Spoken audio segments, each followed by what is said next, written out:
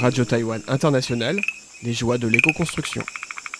Bonjour à toutes et à tous, bienvenue pour ce nouvel épisode des joies de l'éco-construction. Après avoir fait connaissance des formateurs en permaculture Peter Moorhead et Jiang Huiyi dans les 2 précédentes émissions, aujourd'hui nous allons les suivre à Luye. Luye, c'est une petite bourgade dans les montagnes de la côte est de Taïwan. Une petite bourgade tranquille où certaines vieilles maisons sont abandonnées. Quelques-unes ont été rénovées et parmi elles, une librairie maison de thé qui a été réhabilitée par Peter et Huiyi justement. Elle s'appelle Luye Shuyuan. C'est vraiment très réussi comme vous pouvez le voir sur les photos. Cette maison a une 60aine d'années et pourtant on dirait qu'elle a été construite récemment selon des techniques traditionnelles. Pendant les cours de permaculture de Peter et Huiyi, nous faisons aussi des visites de terrain pour voir des cas concrets et ils ont tenu à nous faire visiter cet endroit.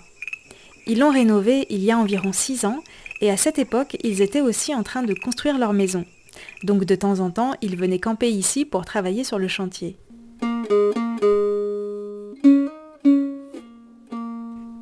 Comment s'y sont-ils pris ? Déjà, au départ, ce type de chantier commence par une visite du lieu et des discussions avec les propriétaires. Les propriétaires sont un couple qui habite Hsinchu et ils étaient très ouverts, ils ont laissé une grande liberté à Peter et Huiyi. Il faut dire que quelques années auparavant, ils avaient suivi leur cours de permaculture, donc ils avaient confiance en eux. Peter et Huiyi ont donc visité la maison. Une partie avait été construite en torchis sur une structure en bambou, selon la technique traditionnelle Zhubianjia Niqiang, et plus tard, d'autres habitants avaient ajouté des parties en briques et en béton. Peter et Huiyi ont constaté que seulement certaines parties étaient en mauvais état. Ce n'était donc pas la peine de tout démolir pour reconstruire en partant de zéro. En plus, cela aurait été plus compliqué pour obtenir un permis de construire. Ils ont donc proposé aux propriétaires de réhabiliter les parties abîmées et d'agrandir les 2 côtés en transformant la forme du bâtiment qui était simplement rectangulaire en un sanreyuan, c'est-à-dire une maison traditionnelle en forme de U. Il y a donc une pièce principale au centre et de chaque côté, Peter et Huiyi ont conçu 2 pièces très différentes, l'une de style japonais et l'autre de style plutôt taïwanais.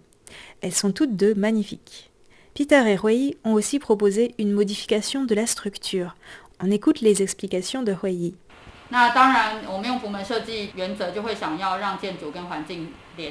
Bien sûr, dans l'esprit de la permaculture, nous avons été attentifs à tisser des liens entre la maison et son environnement. Donc nous avons voulu faire entrer les rayons de soleil afin que l'air soit plus sec à l'intérieur, car c'était très sombre et humide. Nous avons aussi veillé à la ventilation naturelle. L'une des premières décisions que nous avons prises, c'est de rehausser le toit et de permettre ainsi au soleil et à l'air de rentrer. Au début, on pensait rehausser avec du bois, mais les propriétaires, qui n'habitent pas sur place, craignaient que ça ne résiste pas aux typhons et les tremblements de terre qui sont fréquents à Taidong. En plus, ils voulaient de vraies tuiles en céramique. C'était très lourd, donc finalement, après discussion, on a changé d'avis et on a utilisé de l'acier. Peter et Huiyi ne sont pas des puristes. Ils pouvaient très bien comprendre les propriétaires sur ce point, d'autant plus que pour leur propre maison, la structure était aussi en acier à cause de la législation taïwanaise. En tout cas, le toit, c'est vraiment très important quand on construit des murs en matériaux naturels. Et oui, parce que pendant la construction, ces matériaux craignent la pluie. Ce serait quand même dommage de voir son travail englouti par une averse. Donc Peter et Huiyi se sont occupés du toit dès le début. Ils ont aussi enlevé les morceaux de bois et de bambou qui étaient abîmés ou qui avaient été attaqués par les termites. Ils ont nettoyé ces parties, puis les ont comblées avec de la terre argileuse mélangée à du sable et à de la paille. Ensuite, ces parties ont été recouvertes d'un enduit terre qui a presque la même couleur que le bois ou le bambou. Ça passe donc presque inaperçu. Les termites aiment moins la terre que le bois et le bambou. En plus, grâce aux rayons de soleil et à la ventilation naturelle, suite au rehaussement du toit, il fait beaucoup moins humide dans la maison, et c'était surtout l'humidité qui attirait les termites. À propos d'humidité, derrière la maison, le terrain est en pente, et donc l'eau de pluie avait tendance à s'accumuler à cet endroit qui est très près de la maison. Peter et Huiyi ont donc creusé à cet endroit un petit canal et y ont empilé des pierres et un tissu imperméable. Cela permet d'évacuer plus loin l'eau de pluie en la déviant pour éviter qu'elle ne s'infiltre dans le sol au niveau des fondations.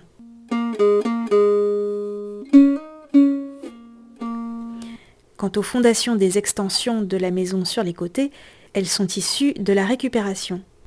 Par exemple, les anciennes tuiles en ciment ou les parties qui avaient autrefois été réparées avec du ciment. C'est l'occasion pour Peter de rappeler que le ciment n'est pas du tout un matériau adapté pour réhabiliter les maisons anciennes. Cela empêche les murs en terre et en bambou de respirer, l'humidité s'accumule et ça finit par accélérer le délitement des murs au lieu de les protéger. Alors que faut-il faire ? Eh bien tout simplement utiliser un enduit terre ou un enduit à la chaux à l'intérieur et à l'extérieur un enduit à la chaux.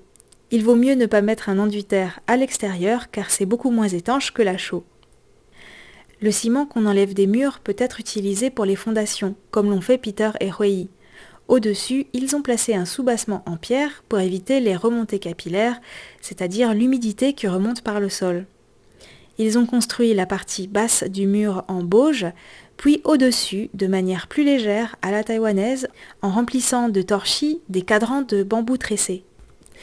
D'ailleurs, ce bambou tressé est tellement joli que quand les élèves de Peter et Huei l'ont vu en photo, ils se sont écriés « On aurait pu laisser les murs comme ça sans les recouvrir de terre ». Oui, mais les moustiques auraient pu rentrer trop facilement, a répondu Peter avec humour. Plus sérieusement, écoutons-le parler de cette expérience. Aujourd'hui, on peut trouver des artisans qui réparent les anciennes maisons. C'est devenu de plus en plus fréquent. Mais à l'époque, il y a 6 ans, nous n'arrivions pas à trouver dans la région un artisan qui puisse nous aider. Alors nous avons dû apprendre par nous-mêmes, et pour cela nous avons observé attentivement comment la maison avait été construite, lorsque nous avons démoli les murs qui étaient trop abîmés. En quelque sorte, c'est déconstruire qui nous a appris à construire. Par exemple, j'ai appris que les pans de murs en bambou tressé résistaient beaucoup mieux aux tremblements de terre s'ils sont tressés verticalement, car ceux qui avaient été tressés horizontalement sont ceux qui étaient le plus abîmés.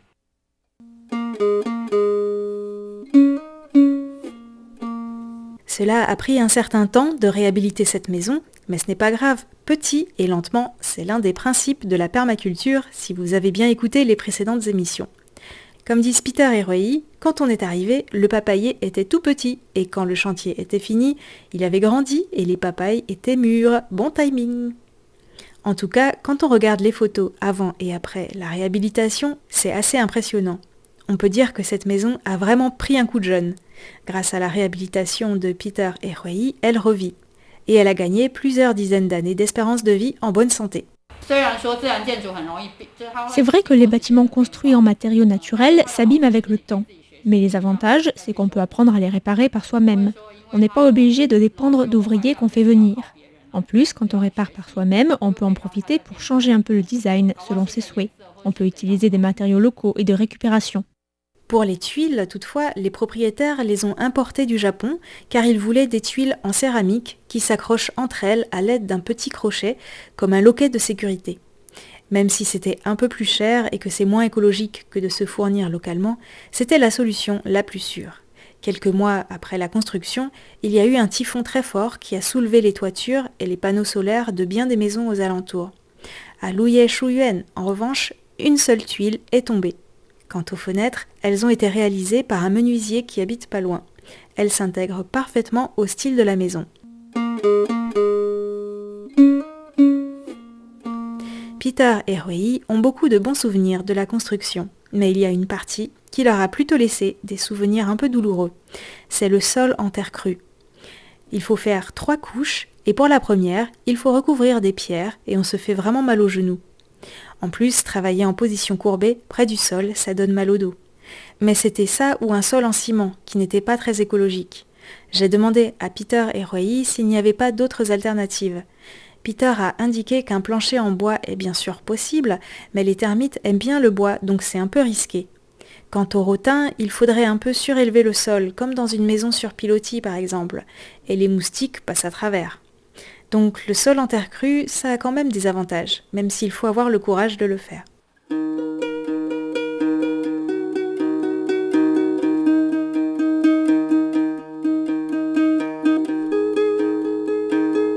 Cette émission touche bientôt à sa fin. J'espère que je vous ai donné envie d'aller à Luye-Shuyuan prendre un thé la prochaine fois que vous irez dans la région de Taidong. Malheureusement, l'une des propriétaires a quitté ce monde récemment et son mari ne peut pas tenir le lieu tout seul, d'autant plus qu'il habite assez loin. Cette librairie maison de thé n'est donc plus ouverte tous les jours, elle n'ouvre ses portes que sur réservation. Si vous êtes intéressé, il est possible de contacter le propriétaire. Si vous allez à Louyet, il y a aussi d'autres endroits intéressants à visiter dans la même rue, des petits cafés ou des anciennes maisons. J'ai publié quelques photos sur la page de cette émission. N'hésitez pas à jeter un coup d'œil.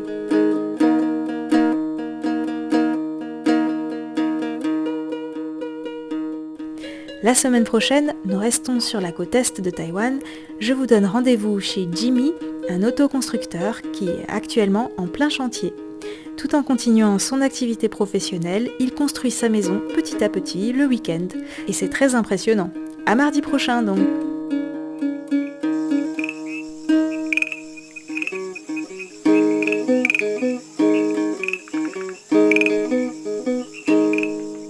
Radio Taïwan International, les joies de l'éco-construction.